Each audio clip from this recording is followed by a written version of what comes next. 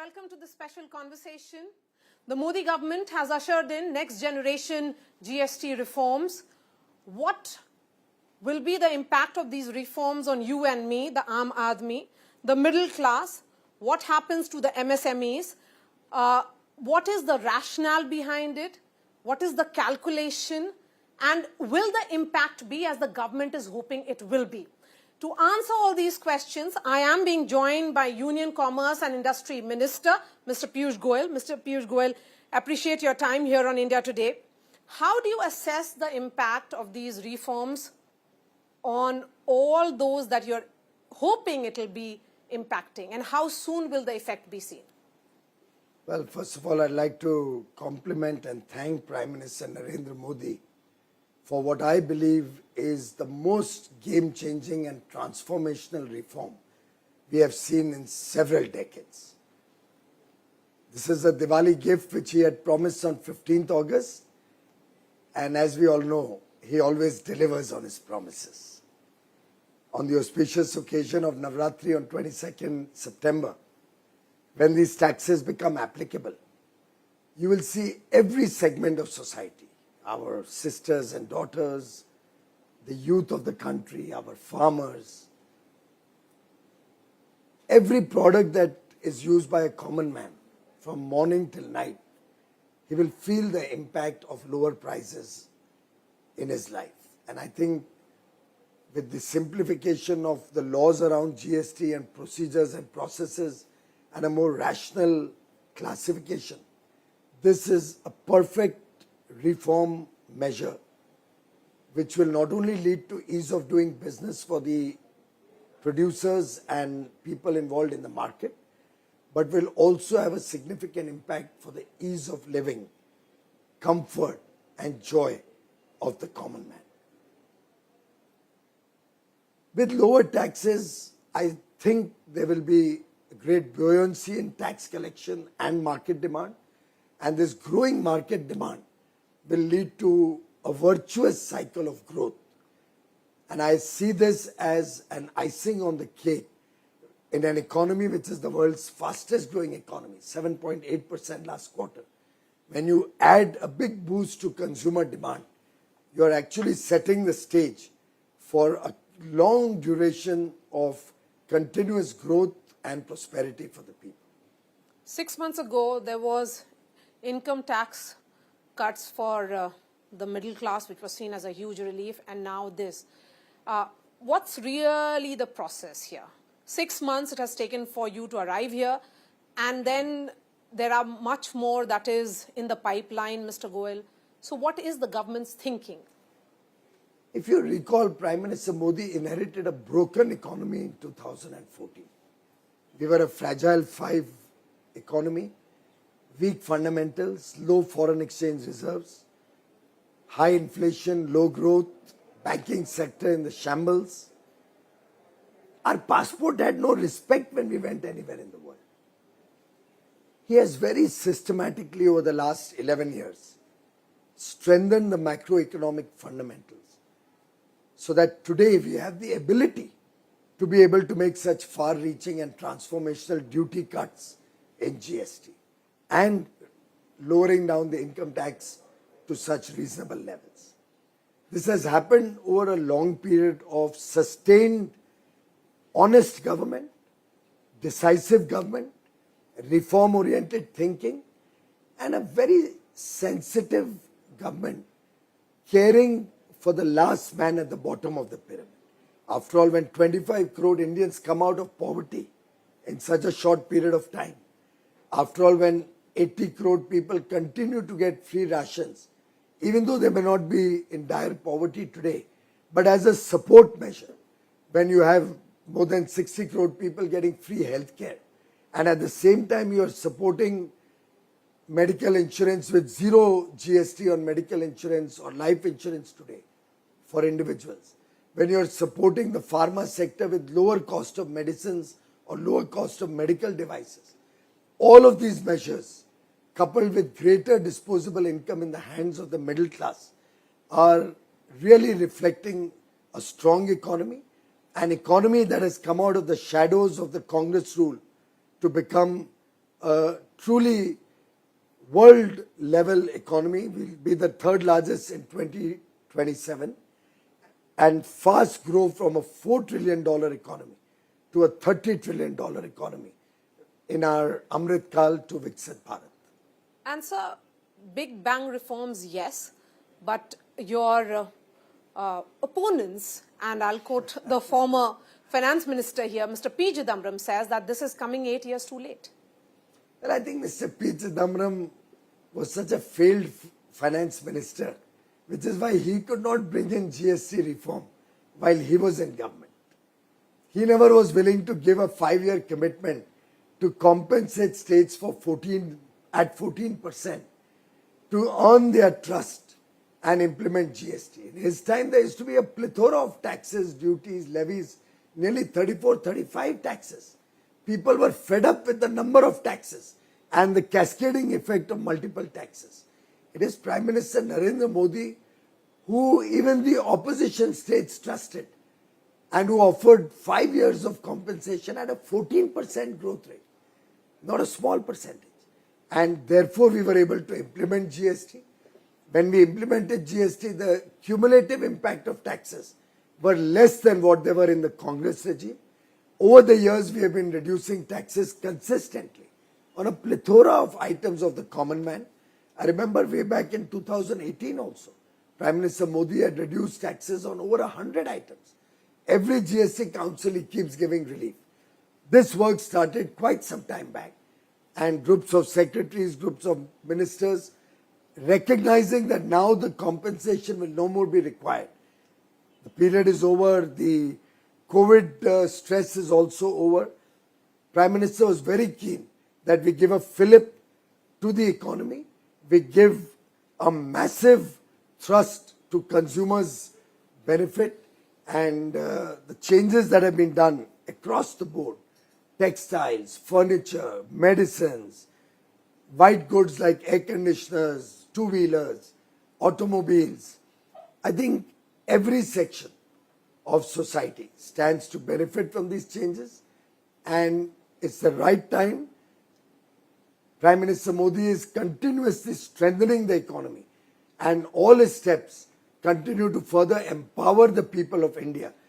Sometimes a misstep taken too early could have caused irreparable damage to the economy. So, as someone who engages with industry stakeholders regularly, how do you assess the likely impact of these reforms on manufacturing, particularly to do with supply chains, especially the MSMEs?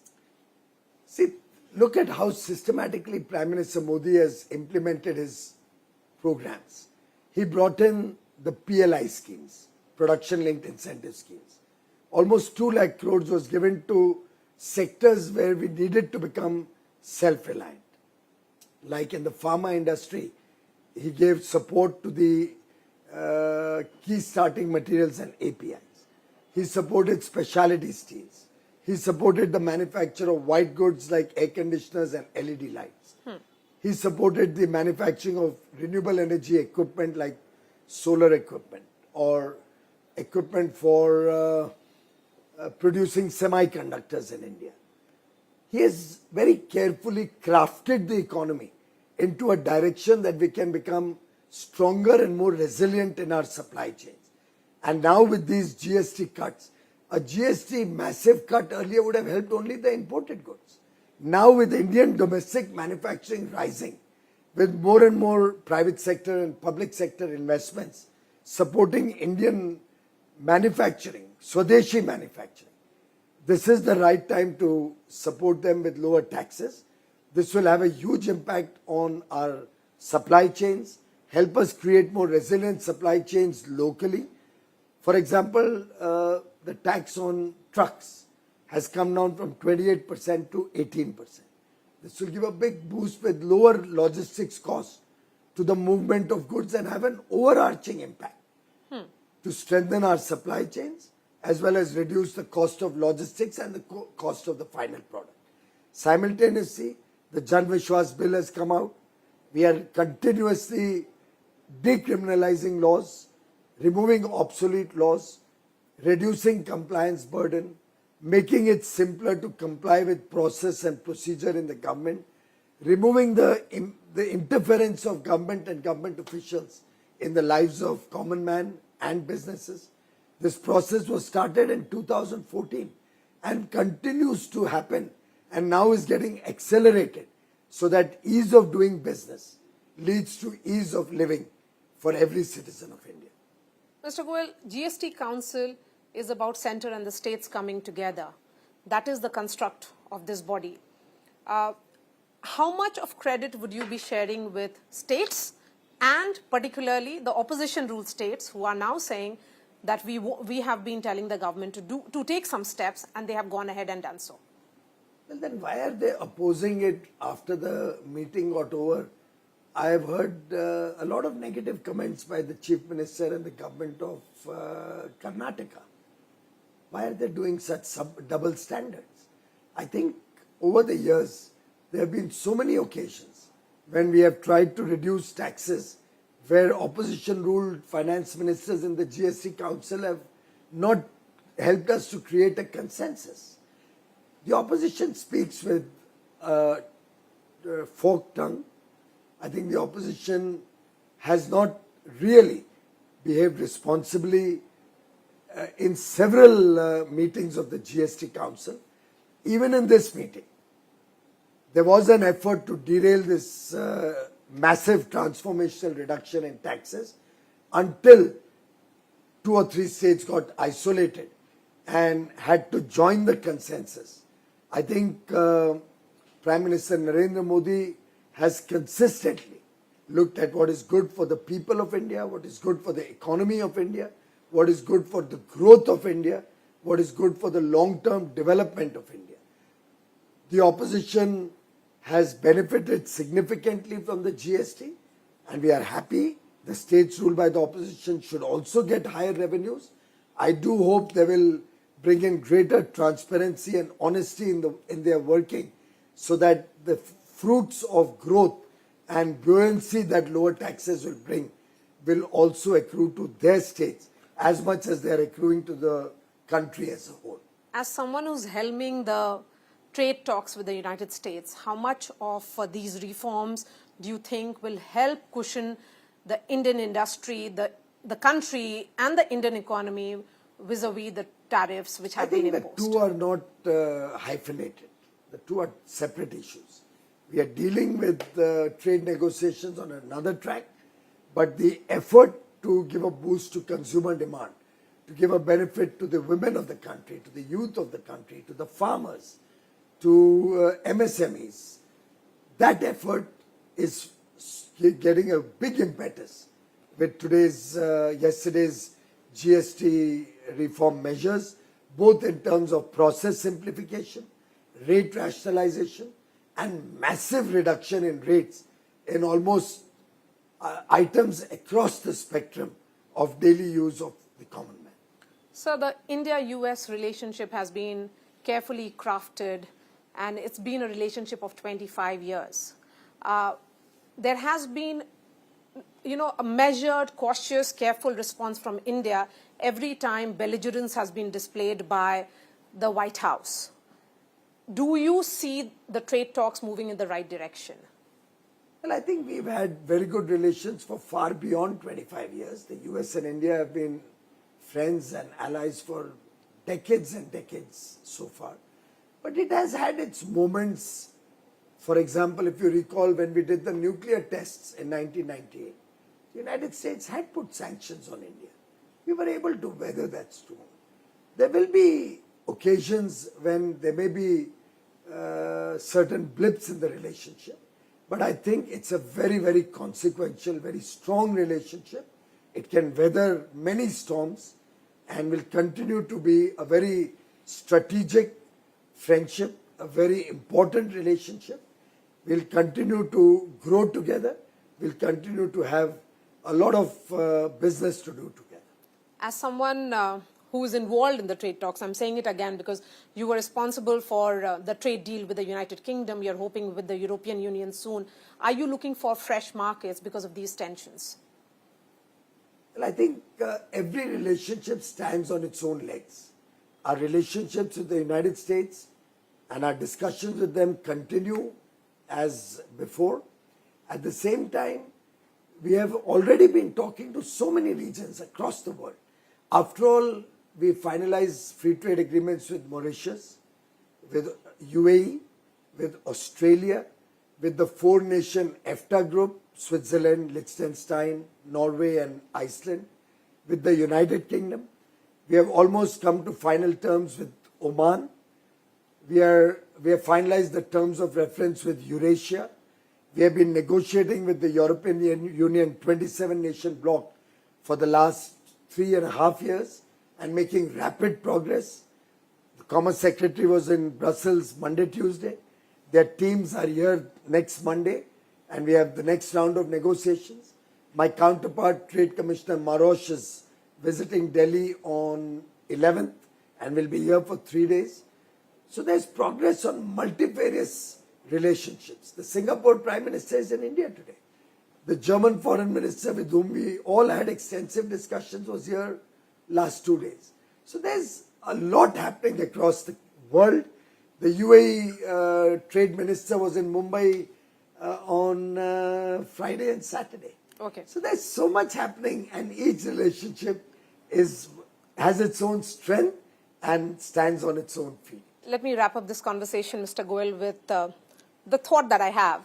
What makes these reforms next generation? Why are you calling these GST reforms as next generation GST reforms? Because, Maria, we had inherited in 14, as I said, a very, very difficult economic situation. We were almost written off by the world. We spent the first 11 years in building up such a strong macroeconomy, such a strong fundamentals in the Indian economy with a number of reforms that have happened in the last 11 years. If I were to start listing them out, we would have to continue this interview till tomorrow morning. I mean, imagine if Digital India hadn't taken off as early as 10 years ago. Could we have weathered the COVID storm? If Make in India was not given a thrust since 2014 itself and launched, the Make in India program launched in 2015, we wouldn't be such a manufacturing superpower today. If Startup India was not given a leg up 9 years ago, we wouldn't have 200,000 startups, the world's third largest startup ecosystem. If banking reform hadn't started in 2014, we wouldn't have one of the world's strongest banking sectors today. If we had not strengthened our foreign exchange reserves and nearly doubled our exports over the last 11 years, we wouldn't be sitting on $700 billion, highest foreign exchange reserves we had seen in so many years, even as a percentage of our GDP. I think in every respect, Prime Minister Modi has prepared the nation for today. And this massive GST reduction will give a great fillip to the Indian economy. I see in this the start of a virtuous cycle of growth which will take India to newer heights. By 2027, today, this transformational initiative will give a big boost to domestic spending and consumer demand, coupled with our spending on infrastructure, will make us further grow and continue to be the world's fastest growing large economy. And in this Amrit Kal to 2047, this is the start of next generation reforms. You will continue to hear many more in the weeks and months and years to come as we power away to becoming a developed and prosperous nation, Viksit Bharat 2047, as the nation, the 140 crore Indians, resolve to use Swadeshi goods. And you can see that sense coming wherever you go. You can see it in social media. People of India today want to be Atmanirbhar. They want to give preference to made in India goods. They recognize that quality goods are now available, made in India, by the sweat and toil of our Indian, made in the soil of India. And that is encouraging Swadeshi. Mahatma Gandhi's dream of Swadeshi is being fulfilled by Narendra Modi. All right, Piyush Goyal, really appreciate your time and congratulations to your government for these reforms. That's all from me. Thanks so much for watching. Thank you.